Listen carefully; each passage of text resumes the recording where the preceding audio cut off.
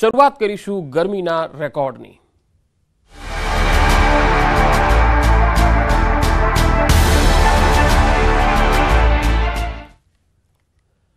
ગુજરાતના રાજકારણના ગરમાવા વચ્ચે આગામી 5 દિવસ ગરમીનું પણ જોર વધશે। હવામાન વિભાગે 5 દિવસ હીટવેવની કરી છે આગાહી। રાજ્યના 3 વિસ્તારોને ગરમી માનમાં લેશે। સૌરાષ્ટ્ર, કચ્છ, દક્ષિણ ગુજરાતમાં હીટવેવની આગાહી। સમગ્ર એપ્રિલ મહિનામાં લોકોએ માથાભારે ગરમી સહન કરી અને હવે આગામી દિવસોમાં પણ કાળઝાળ ગરમીથી છુટકારો નથી મળવાનો। હવામાન વિભાગે આગાહી કરતા કહ્યું છે કે મે મહિનામાં ભીષણ ગરમી પડશે। આગામી 5 દિવસ સૌરાષ્ટ્ર, કચ્છ અને દક્ષિણ ગુજરાતના કેટલાક વિસ્તારોમાં હીટવેવની આગાહી કરવામાં આવી છે। आने वाले 5 दिनों के लिए सौराष्ट्र और कच्छ और साथ में साउथ गुजरात रीजन के कुछ डिस्ट्रिक्ट में हीटवेव वार्निंग दी गई है आने वाले 5 दिनों के लिए। और जो डिस्ट्रिक्ट हैं जहाँ पे हीटवेव की वार्निंग दी गई है वो कच्छ है, दीव है, पोरबंदर, भावनगर और वलसाड़। इन जगहों पे मतलब इन डिस्ट्रिक्ट पे आने वाले 5 दिनों पे हीटवेव वार्निंग रहेगी। મહત્વનું છે કે સમગ્ર એપ્રિલ મહિનામાં લોકોએ આગ ઝરતી ગરમી સહન કરી અને હજુ પણ આગામી 5 દિવસ આકાશમાંથી અગનગોળા વરસશે। હવામાન વિભાગે કહ્યું કે દરિયાકાંઠા વિસ્તારમાં પણ ગરમી વધતા અકળામણ અનુભવાશે। અને હવે વાત પીએમના ઝંઝાવાતી પ્રચારની।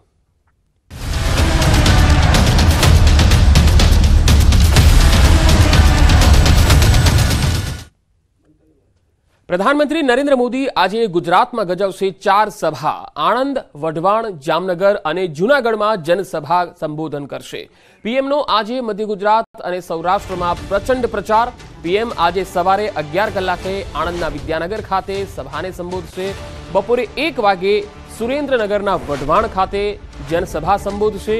બપોરે 3:15 કલાકે જૂનાગઢમાં અને સાંજે 5 વાગે જામનગરમાં સભા ગજવશે। પીએમ મોદી ગઈકાલથી ગુજરાતના પ્રવાસે છે, જેમાં 2 દિવસમાં 6 સભા ગજવીને 15 લોકસભા બેઠક પર પ્રચાર કરશે। ગઈકાલે પીએમએ ઉત્તર ગુજરાતમાં પ્રચાર કર્યો હતો, જેમાં બનાસકાંઠાના ડીસા અને સાબરકાંઠાના હિંમતનગરમાં સભા ગજવી હતી। 2 દિવસમાં તેઓ બનાસકાંઠા, પાટણ, સાબરકાંઠા, મહેસાણા, આણંદ, ખેડા, સુરેન્દ્રનગર, જૂનાગઢ, પોરબંદર, અમરેલી, જામનગર લોકસભા બેઠક પર પ્રચાર કરશે।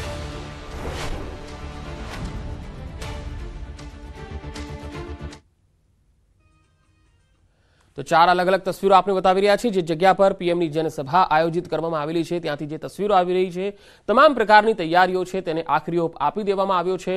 સૌથી પહેલી જે સભા છે તે આણંદના વિદ્યાનગર શાસ્ત્રી મેદાન ખાતે છે અને ત્યાં તમે જોઈ શકો છો કે જે વિશાળ ડોમ તૈયાર કરાયો છે અને લોકોનું પણ ત્યાં આવવાનું શરૂ થઈ ચૂક્યું છે।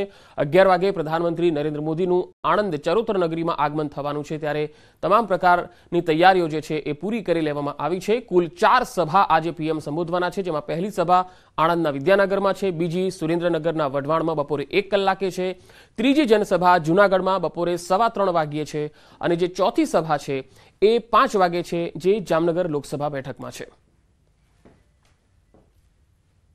તો પ્રધાનમંત્રીનો આજનો જે પ્રવાસ છે એ ગુજરાતમાં કુલ અલગ અલગ 4 બેઠકો પર રહેશે અને 11 વાગ્યાથી આ પ્રચારની પહેલી સભાથી શરૂ થશે આણંદથી, જે સાંજે 5 વાગે પૂરો થશે।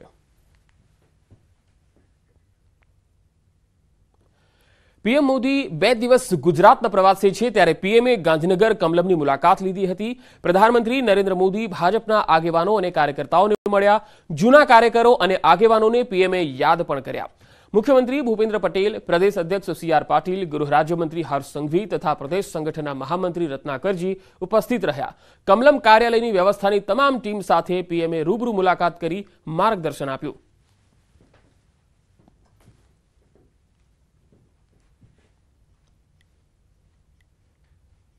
નાના કાર્યકર્તાઓ લગભગ 196 જેટલા કાર્યકર્તાઓ જે અલગ અલગ ટીમ બનાવીને કામ કરે છે, એમની સાથે અમને વાત કરી। એમના સમયમાં કેવી રીતે કામ કરતા હતા, એમાં કેટલાક લોકોને પણ એમણે યાદ કર્યા અને એમણે બધાને માર્ગદર્શન પણ આપ્યું કે કામ કેવી રીતે કરવું જોઈએ। અને હવે વાત મહાસંગ્રામની।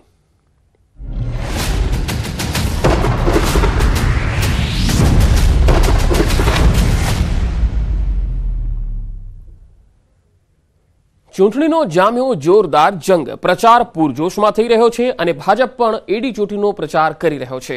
આજે પીએમ મોદી એક જ દિવસમાં 4 સભા ગજવશે, તો કેન્દ્રીય ગૃહમંત્રી અમિત શાહ 4 મેના રોજ બોડેલી, વાંસદામાં સભા ગજવશે। અમિત શાહ 4 મેના રોજ સવારે 10 વાગે છોટાઉદેપુરના બોડેલી તાલુકા સેવા સદનની બાજુમાં જનસભા સંબોધશે, જેમાં ભાજપના ઉમેદવાર જસુ રાઠવાના સમર્થનમાં પ્રચાર કરશે. તો 4મી મેએ અમિત શાહ નવસારીના વાંસદા તાલુકામાં બપોરે 1 વાગે ગાંધી મેદાન ખાતે સભા સંબોધન કરશે, જ્યાં વલસાડ ભાજપ ઉમેદવાર ધવલ પટેલ માટે પ્રચાર કરશે. આ તરફ ભાજપ રાષ્ટ્રીય અધ્યક્ષ જેપી નડ્ડા આજથી 2 દિવસ ગુજરાત પ્રવાસે આવશે. આ 2 દિવસમાં તેઓ 4 બેઠક પર પ્રચંડ પ્રચાર કરશે.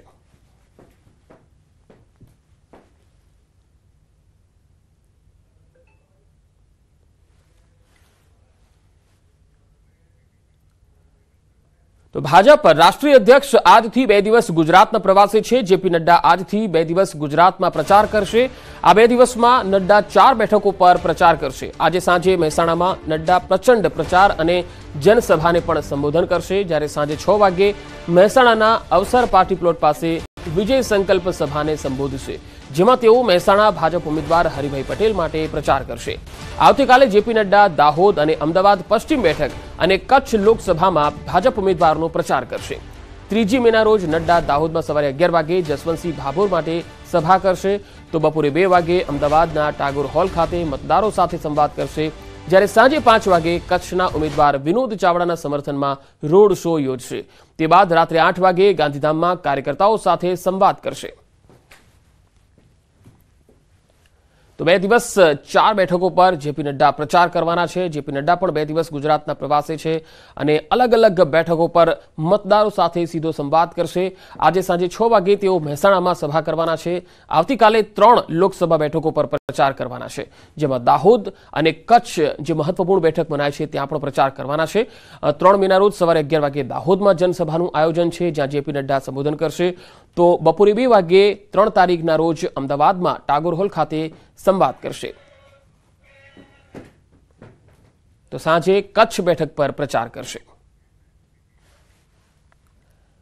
રસીને લઈને કોંગ્રેસના પ્રહાર પર ભાજપના ડોક્ટર સેલ દ્વારા વળતો જવાબ આપવામાં આવ્યો. ICRM એ 3 ટ્રાયલમાં વેક્સિનના રિઝલ્ટ સારા જોયા બાદ 1 વર્ષ પછી 16 જાન્યુઆરી 2021માં પ્રથમ વખત રસી આપવાની શરૂઆત કરી હતી. ભારતમાં 216 કરોડ ડોઝ અપાયા છે. આ રસીથી 0.0004% ક્લોટિંગ તરફની તકલીફ જોવા મળી છે. WHO અને એસ્ટ્રાઝેનેકા એ આ રિપોર્ટ આપ્યો છે. કોઈ સ્ટડી કર્યા વગર સરકાર કે લોકોને કોંગ્રેસ ભ્રમમાં મૂકી રહી છે. કોઈને જે ક્લોટિંગ થાય છે કે કોઈને કંઈક હાર્ટ એટેક સડન આવતો હોય છે, એના માટે કોમોર્બિડ કન્ડિશન જેમ કે સ્મોકિંગ હોય અથવા તો એને કોઈ ડાયાબિટીસ હોય, બીપી હોય કે જે બીજા કોઈ પણ એને મેડિકલ કોઝ હોય, એ લોકોને એક સડન કાર્ડિયાક એરેસ્ટ થતો હતો.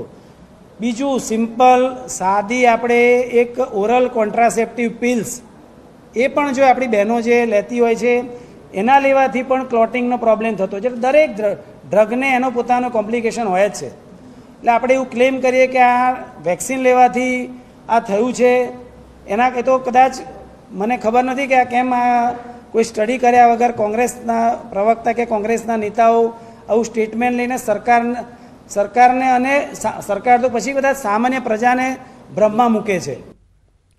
કોવિશિલ્ડ વેક્સિનને લઈ ઉઠેલા વિવાદમાં કોંગ્રેસે ભાજપ સરકાર પર આકરા પ્રહાર કર્યા. WHOએ કહ્યું હતું કે વેક્સિનની આડઅસર અંગે તપાસ થવી જોઈએ, છતાં વેક્સિન અપાયા બાદ વિદેશમાં અનેક સર્વે અને ડેટા તૈયાર થયા, પરંતુ ભારતમાં કોઈ પણ પ્રકારના ડેટા તૈયાર ન થયા હોવાના આક્ષેપ કોંગ્રેસના પ્રદેશ પ્રમુખ CR પાટીલે કર્યા. શક્તિસિંહના મતે કોવિશિલ્ડ બનાવનાર કંપનીએ ખુદ સ્વીકાર કર્યો કે વેક્સિન બાદ લોહીની ગાંઠ થઈ જાય છે. अदर कंट्रीज ज़्यादातर कंट्रीज ने अपने देश में वैक्सीन के बाद हेल्थ पैरामीटर्स का मॉनिटरिंग किया कि भाई आपने वैक्सीन ली है, आपका रेगुलर चेकअप होगा और जिसको ब्लड थिनर की ज़रूरत थी या और कोई ज़रूरत थी देते रहे, तो जान गंवाने वाले वहाँ कम रहे. हमारे देश में काम ही नहीं हुआ, इसलिए गुजरात में और देश में वैक्सीन के बाद अनफॉर्चुनेटली लोगों ने बहुत जान गंवाई. મતદાનને હવે ગણતરીના દિવસો બાકી છે અને ઉમેદવારોએ એડી ચોટીનું જોર લગાવ્યું છે. રાજકોટ બેઠક પર ભાજપ ઉમેદવાર બેઠકો કરીને પ્રચારમાં જોડાયા. ભાજપ ઉમેદવાર પરસોત્તમ રૂપાલાએ લેઉવા પટેલ સમાજના ઉદ્યોગપતિ અને વેપારી અગ્રણીઓ સાથે મુલાકાત કરી, જેમાં રૂપાલાએ ઉદ્યોગપતિ ચંદુભાઈ વિરાણીના ઘરે મુલાકાત કરી, જેમાં લેઉવા પાટીદાર સમાજના વિઠ્ઠલભાઈ ધડુક, વલ્લભભાઈ સતાણી, દુષ્યંતભાઈ ટીલાડા, આકાશભાઈ વેકરિયા, કિશોરભાઈ પાંબર, પરેશભાઈ ગજેરા સહિતના ઉદ્યોગપતિઓ હાજર રહ્યા। આ સમયે વાંકાનેર રાજવી અને રાજ્યસભાના સાંસદ કેસરીદેવસિંહ ઝાલા અને ભાજપના નેતા ધનસુખ ભંડેરી પણ હાજર રહ્યા। રાજકોટ બેઠક પર લેઉવા પટેલ સામે કડવા પટેલ ઉમેદવાર મેદાનમાં ઉતારવામાં આવ્યા છે। સુરતમાં કોંગ્રેસ ઉમેદવાર નિલેશ કુંભાણી ફરી ચર્ચામાં આવ્યા। પહેલા કુંભાણીએ મીડિયા સમક્ષ મોટો ઘટસ્ફોટ કરવાની વાત કરી અને બાદમાં ગણતરીના કલાકોમાં જ પ્રેસ કોન્ફરન્સ કેન્સલ કરાઈ। જો કે નાદુરસ્ત તબિયતના કારણે પ્રેસ કોન્ફરન્સ રદ કરાઈ હોવાનું બાદમાં જાણવા મળ્યું। હાલ કુંભાણીના ઘરે ફરી પોલીસ બંદોબસ્ત ગોઠવી દેવાયો છે। હોબાળો થાય તેની આશંકાને પગલે પોલીસ બંદોબસ્ત ગોઠવવામાં આવ્યો। દાહોદ જિલ્લામાં મહિલાઓ દ્વારા મતદાનના વધારે થાય તે માટે મહેંદી કોમ્પિટિશનનો કાર્યક્રમ યોજવામાં આવ્યો। દેવગઢ બારિયામાં મતદાન કરવા મહિલાઓ જાગૃત બને તે માટે ખાસ આયોજન થયું। મતદાન જાગૃતિ માટે બનાવેલા ગીત પર મહિલાઓએ નૃત્ય પણ કર્યું। દેવગઢ બારિયા વિસ્તારની 500 જેટલી મહિલાઓએ આ સ્પર્ધામાં ભાગ લીધો હતો।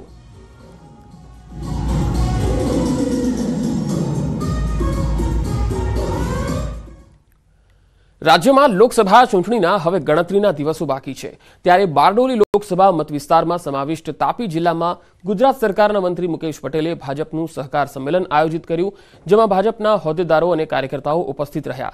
ચૂંટણી પ્રચારના અંતિમ તબક્કામાં કાર્યકર્તાઓને બૂથ લેવલ પર લોકોના ઘરે ઘરે જઈ જે તે મતદારોની સમસ્યાઓ જાણી હતી। મતદારોને રીઝવવા જાદુગરનો ખેલ પણ બતાવવામાં આવ્યો। સાથે જ બારડોલી લોકસભા બેઠકના ભાજપ ઉમેદવાર પ્રભુ વસાવા 5 લાખથી પણ વધુ લીડથી જીતશે તેવો આશાવાદ મંત્રી મુકેશ પટેલે વ્યક્ત કર્યો। એના મારા પેજ પ્રમુખો સવારના 7 થી 10 દરમિયાન વોટિંગ કરવા લઈ જશે અને બાકીના જે લોકો છે એને એના પછી 11 વાગ્યા પછી બધાને વોટિંગ કરવા માટે લઈ જશે। અને આ વખતે નક્કી કર્યું છે કે અમારી વિયાળા, નિઝર, માંડવી આ તમામ જે ટ્રાઇબલ વિસ્તારની જે સીટો છે એ તમામ લોકોએ નક્કી કર્યું છે દરેક બૂથ અમે 370ની લીડ અમે આપીશું। ગુજરાતમાં લોકસભાની ચૂંટણીનો પ્રચાર પૂરજોશમાં ચાલી રહ્યો છે અને બીજી તરફ રાજ્યમાં ગરમી પણ આકરા તેવર બતાવી રહી છે। તમામ પક્ષના ઉમેદવારો પ્રચાર માટે રાત્રિ સભાનું આયોજન કરી રહ્યા છે। ગોધરા શહેરમાં ડોર ટુ ડોર કેમ્પેઇન સાથે જાદુગરના માધ્યમથી ભાજપ કાર્યકર્તાઓએ વિકાસની ગાથા દર્શાવી। મોડી રાત્રે આ ગરમાગરમ ભજીયા અને ચાની ચુસ્કી સાથે ભાજપ કાર્યકર્તાઓ રાત્રિ સુધી પ્રચાર કરતા જોવા મળ્યા। લોકસભાની ચૂંટણી મતદાન પ્રક્રિયાને આડે માત્ર હવે ગણતરીના દિવસો એટલે કે 5 જ દિવસો બાકી રહ્યા છે, ત્યારે જે ઉમેદવારો છે તેઓ દ્વારા પ્રચાર કાર્ય પૂરજોશમાં શરૂ કરી દેવામાં આવ્યું છે। દિવસે કાળઝાળ ગરમીને લઈ જે પ્રચાર કાર્ય છે તેને અવનવી રીતે કરવામાં આવી રહ્યું છે। હાલ આપણે ગોધરા શહેરમાં છે અને ગોધરા શહેરમાં આપ જોઈ શકો છો ભાજપના ઉમેદવારનો જે પ્રચાર છે તે પ્રચાર કરવા માટે જે જાદુગર છે, જે જાદુના માધ્યમથી જે નરેન્દ્ર મોદી સરકારની જે વિકાસની વાતો છે તે બતાવી રહ્યા છે અને જે અહીંયાના જે મતદારો છે તેઓમાં જે નરેન્દ્ર મોદી સરકારના જે વિકાસના કામો છે, ભાજપની સરકારના જે વિકાસ કામો છે તેને પહોંચાડવાનો એક પ્રયાસ કરી રહ્યો છે। આપ જોઈ શકો છો દ્રશ્યોમાં ગોધરા શહેરનો ભોયવાડા વિસ્તાર છે અને ભોયવાડા વિસ્તારમાં અહીંયા જે રહીશો છે તે એકત્રિત થાય છે। સાથે સાથે બાળકો મનોરંજન માણી રહ્યા છે અને જે અન્ય જે લોકો છે તે પણ આ જે ભાજપના જે પ્રચારના કાર્ય માટે જે આવેલા છે જાદુગરો, તેમના દ્વારા આપવામાં આવતા મનોરંજનનો લાભ લઈ રહ્યા છે। આપ દ્રશ્યોમાં જોઈ શકો છો અહીંયા જે જાદુગર છે તે વિવિધ જે તરકીબો છે તેના દ્વારા અહીંયા જાદુ બતાવી અને ભાજપનો પ્રચાર કરતા જોવા મળી રહ્યા છે। આપણી સાથે અહીંયાના કેટલાક જે રહીશો છે તેઓને પણ પૂછવાનો પ્રયત્ન કરીશું આપણે। ગરમીનો માહોલ છે, પ્રચાર કાર્ય ચાલી રહ્યું છે, શું કહેશો? દિવસે ગરમીના હિસાબે સાંજે પબ્લિક ભેગું થાય એટલે એ રીતનું આયોજન કરવામાં આવ્યું છે પંચમહાલ વિધાનસભાની અંદર અને લોકસભાની અંદર રાજપાલસિંહના પ્રચાર માટે। ચોક્કસથી જે અન્ય જે ઉમેદવારો છે એ પણ આ પ્રકારે પ્રચારમાં આવે છે કે કેવો માહોલ કેવો લાગે? કોંગ્રેસ તરફથી કોઈ આવ્યું નથી, બીજી કોઈ પાર્ટી વાળા આવ્યા નથી હજુ સુધી। ભાજપનો પ્રચાર ચાલે છે, બીજી કોઈ પાર્ટી દેખાતી જ નથી ને કોઈ છે પણ નહીં। ચોક્કસથી અન્ય પાર્ટી વાળા કોઈ આવ્યા નથી એવું જણાઈ રહ્યા છે। યુવાનો છે એમને પૂછવાનો પ્રયત્ન કરીશું। અત્યારે ગરમીનો માહોલ છે, કેવો માહોલ ચાલી રહ્યો છે? ચૂંટણીઓનો જે પ્રચાર કાર્ય છે આ જાદુગરને લઈને આવે છે, કેવું લાગી રહ્યું છે? સરસ લાગે છે અને ગરમીમાં પણ લોકો ઉત્સાહ દેખાઈ આવે છે બધાનો અને ભાજપને જ વોટ આપવાના છે અને ભાજપને વર્ષોથી આપે જ છે વોટ। સમાચારોમાં આગળ વધીએ. ગુજરાતમાં 7 મેના રોજ લોકસભા ચૂંટણી માટે મતદાન થવાનું છે, ત્યારે આજે અમે વાત કરીશું ગુજરાત અને મહારાષ્ટ્રની બોર્ડર પર આવેલા વલસાડના ઉમરગામ તાલુકાના ગોવાડા ગામની. આ ગામના એક જ ફળિયાના લોકોનો મતદાન અધિકાર અલગ અલગ લોકસભા બેઠક નહીં પરંતુ આખું રાજ્ય જ બદલાઈ જાય છે. આ ગામના એક જ ફળિયાના કેટલાક લોકો ગુજરાતની વલસાડ લોકસભા બેઠક પર 7મી તારીખે મતદાન કરશે, તો તેમના જ કેટલાક પાડોશીઓ ચૂંટણીના ચોથા તબક્કામાં મહારાષ્ટ્રની પાલઘર લોકસભા બેઠક માટે મતદાન કરશે. આગામી 7મી તારીખે લોકસભાની ચૂંટણીનું મતદાન યોજાઈ રહ્યું છે. અત્યારે આપણે વલસાડના છેવાડે આવેલા ઉમરગામ તાલુકાના ગોવાડા ગામમાં છે. આ ગામ એવું ભૌગોલિક વિશેષતાવાળું છે કે અહીંયા આગળ આ એક જ ફળિયામાંથી અડધા લોકો છે મહારાષ્ટ્રમાં વોટિંગ કરે છે અને અડધા લોકો છે ગુજરાતમાં વોટિંગ કરે છે. એક જ ફળિયું છે, તેમ છતાં રાજ્ય પણ અલગ થઈ જાય છે અને જે લોકસભાની બેઠકો છે તે પણ અલગ થઈ જાય છે. અત્યારે આપ જે દ્રશ્યો જોઈ રહ્યા છો, આ મહારાષ્ટ્રનું ઝાઈ ગામ છે. અહીંયા આગળ આ ઘર છે મહારાષ્ટ્ર છે, પરંતુ હવે આપ જોઈ શકો છો અહીંયા જે સામે આ ઘર દેખાઈ રહ્યું છે, આ ઘર છે એ ગુજરાતનું ઘર છે. એથી પણ વિશેષ એ વાત છે કે આ ગુજરાતના ઘરની પછી આ જે બીજું ઘર છે એ રહ્યું છે મહારાષ્ટ્રના અંદર આવે છે. અહીંયા આગળ ચૂંટણી વખતે છે જે સુવિધાઓ છે અને કઈ રીતની વહીવટી ગૂંચવણો ઊભી થાય છે એ અંગે અને મતદાન વખતે શું ગૂંચવણો થાય છે એ અંગે અહીંયાના કેટલાક સ્થાનિક લોકો છે એમની સાથે વાત કરીશું. આપ તમારી આજુબાજુના પડોશીઓ છે એ શેમાં વોટિંગ કરે છે? પડોશી લોકો અમુક લોકો મહારાષ્ટ્રમાં વોટિંગ કરે છે અને અમુક લોકો ગુજરાતમાં. એક જ શેરીમાં રહો? બાજુબાજુના? હા, બાજુબાજુમાં રહે. શું ગૂંચવણ શું ઊભી થાય? ગૂંચવણ એમાં કંઈ નહીં મળે. હવે જે આવાસ યોજનાના હિસાબથી આવેલું હતું 89માં, તે હિસાબથી અમુક ઘેર હતા એમાં ને અમુક એક્સ્ટ્રા પ્રોસેસ બી ગામવાળા હે, એટલે જે ગવર્મેન્ટના રૂલના હિસાબથી આવેલું તો તે હિસાબથી બનાવેલું. એમ તો બીજાને કંઈ પર્પઝમાં કંઈ પ્રોબ્લેમ નથી, પણ અમુક રાજકારણના લીધે લોકો પરપંચ કરે એમ. બાકી તો બીજું હવે લોકોના ગામવાળાને લોકોને મહારાષ્ટ્રવાળાને માંગણી રહે એ અમને ગ્રાઉન્ડ જોઈએ, બરાબર. તો તે લોકોના બી એક રીતે હવે અમે લોકો છે તે બધા જણા મળી જૂની લઈને રહીએ, પણ અમુક લોકોના લીધે છે ને આપણે કાંઈક કે પોલિટિક્સના લીધે છે ને અમુક વસ્તુમાં એમાં છે ને જોડાણ બી થાય ને ઘટાણ બી થાય. બાકી તો અહીંયા કંઈ પ્રોબ્લેમ નથી. આપનું નામ? સંતોષ પટેલ. સંતોષભાઈ, શું કહેશો અહીંયા આગળ જે લોકસભાની ચૂંટણીમાં જ્યારે મતદાન કરવાનો વખત આવે છે, આખો દિવસ તો બધા સાથે હોય છે વર્ષના સામાન્ય દિવસોમાં, લાઇટ પાણી બધું એક જ જગ્યાએથી આવે છે, પરંતુ મતદાન આપવાનું થાય ત્યારે રાજ્ય પણ અલગ થઈ જાય છે અને બેઠકો પણ અલગ થઈ જાય છે. કઈ રીતે મતદાન થાય છે? જે ગુજરાતના વ્યક્તિ છે તે ગુજરાતમાં વોટિંગ કરે છે અને જે મહારાષ્ટ્રના વ્યક્તિ છે મહારાષ્ટ્રમાં વોટિંગ. શેરી તો એક જ ને? શેરી તો એક જ કહેવાય. ગોવાડાનું નવી નગરી બોર્ડર લાસ્ટ કહેવાય. બાજુબાજુના ઘરવાળા પણ અલગ અલગ વોટિંગ કરે છે? હા, અલગ અલગ વોટિંગ. કઈ રીતે એમ કે તમારા પડોશી હોય એમનું દાખલા તરીકે બાજુનું ઘર છે એમનું મહારાષ્ટ્રનું વોટિંગ છે, બીજા જે બાજુનું ઘર છે એ ગુજરાતનું છે. બંને ઘરમાં પાણી ક્યાં આપતી આવે? ગુજરાતનું.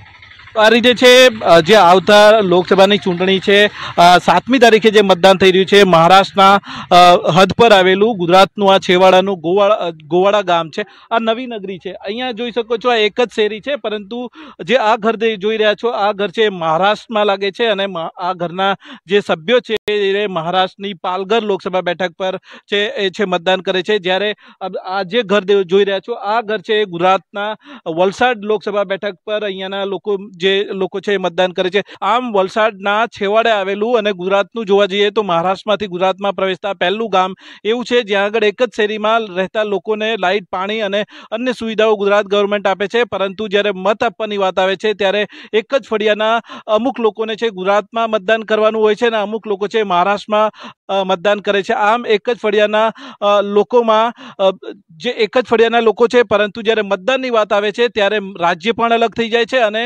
લોકસભાની બેઠક પણ અલગ થઈ જાય છે. આમ આવતી 7મી તારીખે જ્યારે ગુજરાતમાં વોટિંગ થશે ત્યારે આ બંને એક જ ફળિયાના જે રહેતા જે પડોશીઓ છે અલગ અલગ મતદાન કરવા જશે.